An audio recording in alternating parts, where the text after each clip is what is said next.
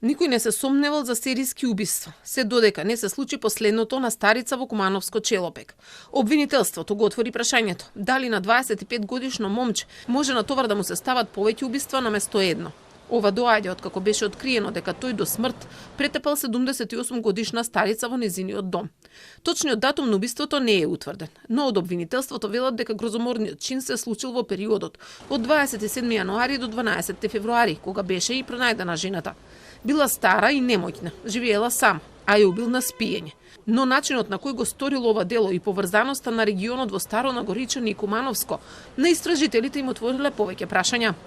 Со интензивни, координирани действија во изминатите неколку дена на обвинителството во Куманово и Истражниот центар во тоа обвинителство, МВР и екипите на Институтот за судска медицина, обезбедени се докази кои укажуваат на поврзаност на овој настан со неколку други слични случаи во Кумановско. Заради сличности во однос на изборот на жртвата и суровиот начин на извршување на делото, се испитува дали и во тие случаи станува збор за убиства извршени од истиот сторител.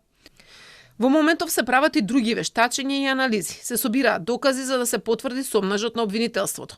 Во меѓувреме веќе се испитува смртта на уште една можна жртва. За една од потенцијалните жртви вчера беше наредена ексхумација и обдукција. Од телото на починатата жена се подигнати траги и ДНК кои се вештачат.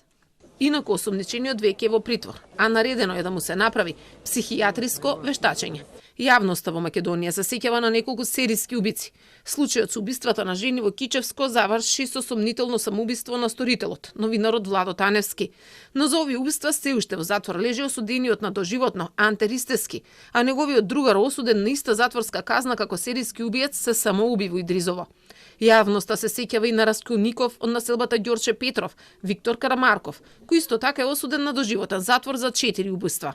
Во Охрид пак, во 2008 година беше откриен серијски убиец Лазар Радески. Тој ги убивал жртвите со удар со чекан во главата и нож. Сите биле дилери на девизи, а работеле во истата фабрика Застава.